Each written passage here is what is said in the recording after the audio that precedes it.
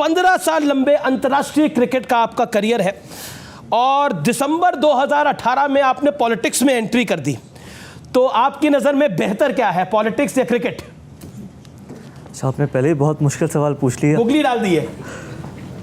देखिए, मैं कहीं ना कहीं प्रोफेशन से तो क्रिकेटर हूँ क्योंकि मैंने क्रिकेट में ज़्यादा लंबा समय बिताया, लेकिन कहीं ना अगर दिल से अगर आप पूछें, पॉलिटिक्स मैंने इसलिए ज्वाइन करी थी और ये मैंने पहले भी बोला है, बहुत ये सवाल मुझसे पूछा गया है कि मैंने पॉलिटिक्स क्यों ज्वाइन करी।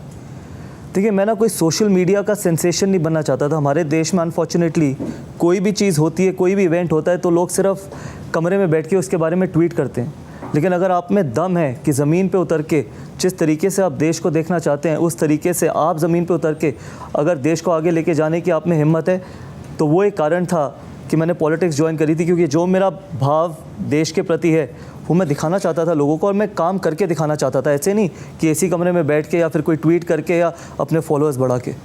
ये आपने एक दिलचस्प बात बोली, लेकिन अगर हम पॉलिटिक्स की बात करें तो दिल्ली का तापमान तो बहुत बढ़ा हुआ है और उसका असर हमें राजनीति में भी दिख रहा है, पॉलिटिक्स में भी दिख रहा है। आपने एक अभियान शुरू किया है, झूठा कहीं का अभियान छेड़ दिया अरविंद केजरीवाल के खिलाफ, क्यों? देखिए, मेरे को 4 साल हुए हैं पॉलिटिक्स में, लेकिन वादे जो 8 साल पहले दिल्ली की जनता के साथ किए गए थे वो वादे मैंने नहीं किए थे, वो दिल्ली के मुख्यमंत्री ने किए थे, वो और ऑन रिकॉर्ड है, इसमें कुछ छुपा नहीं है कि 100 स्कूल, कॉलेज, हॉस्पिटल दिल्ली को लंदन, पेरिस, न्यूयॉर्क, पता नहीं क्या क्या वादे किए गए थे। आप मुझे बताइए, आप कहते हैं कि दिल्ली में एजुकेशन में क्रांति आई है, तो फिर आंकड़े क्यों नहीं देते? आप ये बताइए, आपने पिछले 8 साल में कितने स्कूल, कॉलेज, हॉस्पिटल खोले हैं? जब आप उनसे ये सवाल पूछते हैं तो उनके पास जवाब नहीं होता। एक सवाल इसलिए मैं पूछ रहा हूँ कि वैसे तो आप बड़े शांत रहते हैं, लेकिन केजरीवाल जी का नाम आते ही आप गुस्सा आ जाता है आपको? क्योंकि दिल्ली मेरे दिल में बसती है। मैं दिल्ली में पैदा हुआ, मैंने दिल्ली में पढ़ाई करी, मैं दिल्ली के लिए खेला। जितना मैंने नाम कमाया, चाहे वो अच्छा कमाया, बुरा कमाया, जो भी मैंने देश के लिए किया वो दिल्ली की बदौलत किया। और कहीं ना कहीं मुझे याद है जब पहली बार दिल्ली के मुख्यमंत्री इलेक्शन लड़ रहे थे, और ये शायद बहुत बार आम आदमी पार्टी इसको बोलेगी भी और चलाएगी भी, कि मेरी मदर ने भी उनको वोट दिया था। मेरी मदर को भी ये लगता था कि शायद एक ऐसा व्यक्ति आ रहा है जिसने जो प्रॉमिस किए वो फुलफ़िल करेंगे। तो अब आपकी मदर क्या कहती हैं? जो दिल्ली की जनता कहती है। मैं एक तस्वीर दिखाना चाहता हूँ, वो आप भी उस तस्वीर में मौजूद हैं, दिल्ली के एलजी भी मौजूद हैं, वो तस्वीर स्क्रीन पे आएगी, वो तस्वीर को प्ले कर लेते हैं।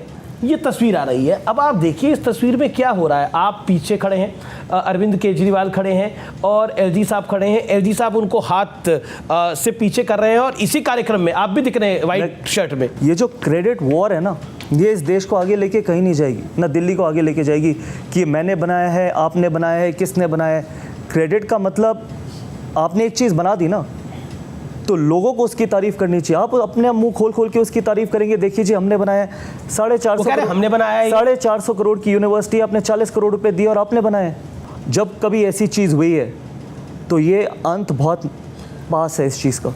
आप कह रहे हैं अंत बहुत पास है, लेकिन केजरीवाल भावुक भी हो गए थे मनीष सिसोदिया को याद करके। वो तस्वीर में दिखाना चाहता हूँ, वो काफ़ी रोए, मतलब इमोशनल हो गए और उन्होंने बोला कि मुझे आज मनीष सिसोदिया की याद आ रही है।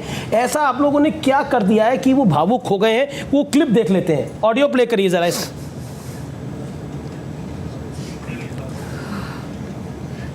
जी, हल्का एम्बियंस हम सुन सकते हैं जिसमें केजरीवाल की आंखों में आंसू है। ऐसा क्या कर दिया आप लोगों ने, उनको रोना पड़ रहा है? काश इसी तरीके से रोते जब इन्होंने मेरे अगेंस्ट एलिगेशन लगाई थी, जब मैं अपना इलेक्शन कैंपेन में, जब मैं पॉलिटिक्स में आया था। और आप सब जानते होंगे किस तरीके की एलिगेशन लगाई थी। और जो एजुकेशन मिनिस्टर है आज दिल्ली की, उन्होंने एलिगेशन लगाई थी कि मैंने कोई पैम्फलेट फहराया था और आतिशी मार लेना। हाँ, और जी उससे 2 महीने पहले मुझे पद्मश्री का अवार्ड मिला था और 2 महीने बाद मेरे ऊपर क्या क्या एलिगेशन लगी थी। काश दिल्ली के मुख्यमंत्री इस तरीके से उस दिन भी रोए होते। अरे बीजेपी ने क्या ऐसा कर दिया है, नरेंद्र मोदी की सरकार ने ऐसा क्या कर दिया कि इनको रोना पड़ रहा है? देखिए, करप्ट लोगों की जगह सिर्फ जेल में है, और वो कोई भी हो और वो किसी भी पार्टी का हो।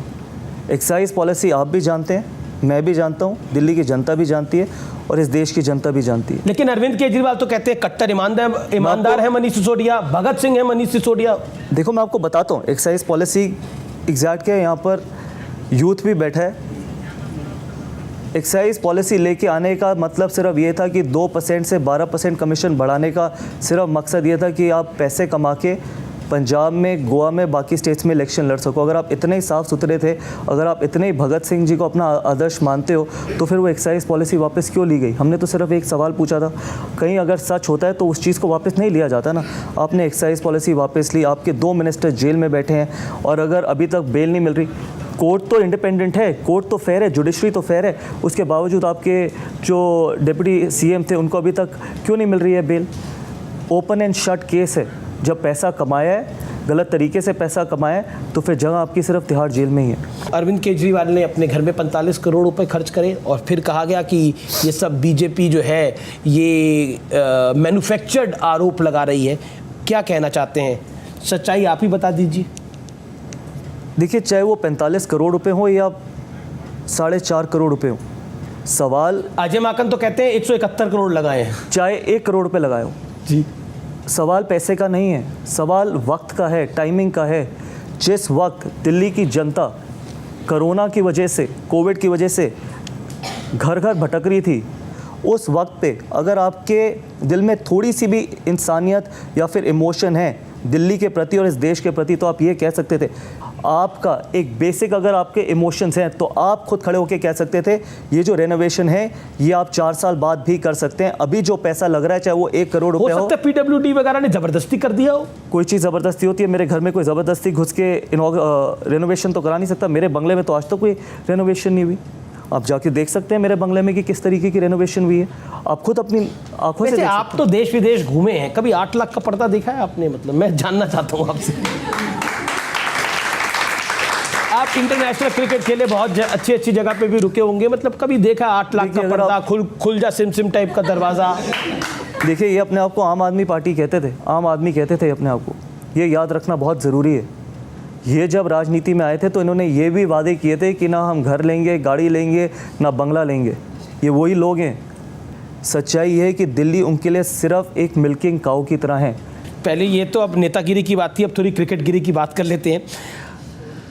आप आईपीएल की लखनऊ सुपर जायंट्स के मेंटोर हैं। क्या आप मानते हैं कि आईपीएल ने क्रिकेट की तकदीर और तस्वीर को दोनों को बदला है? जी हाँ, बिल्कुल। एक क्रिकेटर का टेन्योर सिर्फ 35 या 36 साल तक का ही होता है। हम बॉलीवुड की तरह या फिर पॉलिटिशियंस की तरह नहीं है जो 80-80, 90-90 साल तक काम करते हैं, जो 60 साल, 70-70 साल तक एक्टिंग करते हैं। 35 साल की उम्र में सिर्फ 15 ही लोग इंडिया के लिए खेलते हैं।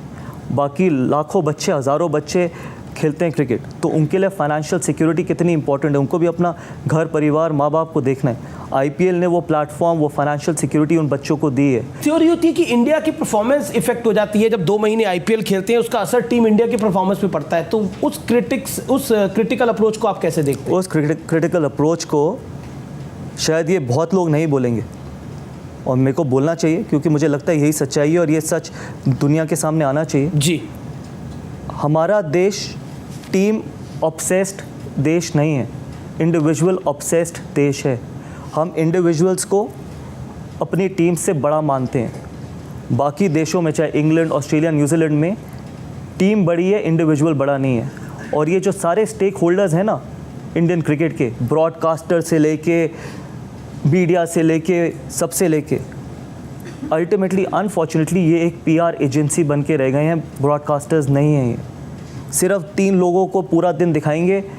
आपने 50 रन बनाए, मैंने 50 रन बनाए, पूरा दिन अगर आप मुझे दिखाएंगे तो सारी जनता को लगेगा मैं ही स्टार हूँ। आपको क्या बोला जाएगा कि आप बड़े अंडररेटेड खिलाड़ी हैं। अंडररेटेड कौन बनाता है? अंडररेटेड ब्रॉडकास्टर ही तो बनाता है, सोशल मीडिया ही तो बनाती है, एक्सपर्ट ही तो बनाता है। अगर मेरे बारे में पूरा दिन बोला जाए और आपके बारे में, आपकी परफॉर्मेंस के बारे में नहीं बात करी जाए, तो आप ऑटोमेटिकली अंडररेटेड हो जाएंगे। आपने भी उतनी मेहनत करी है जितनी मैंने मेहनत करी है।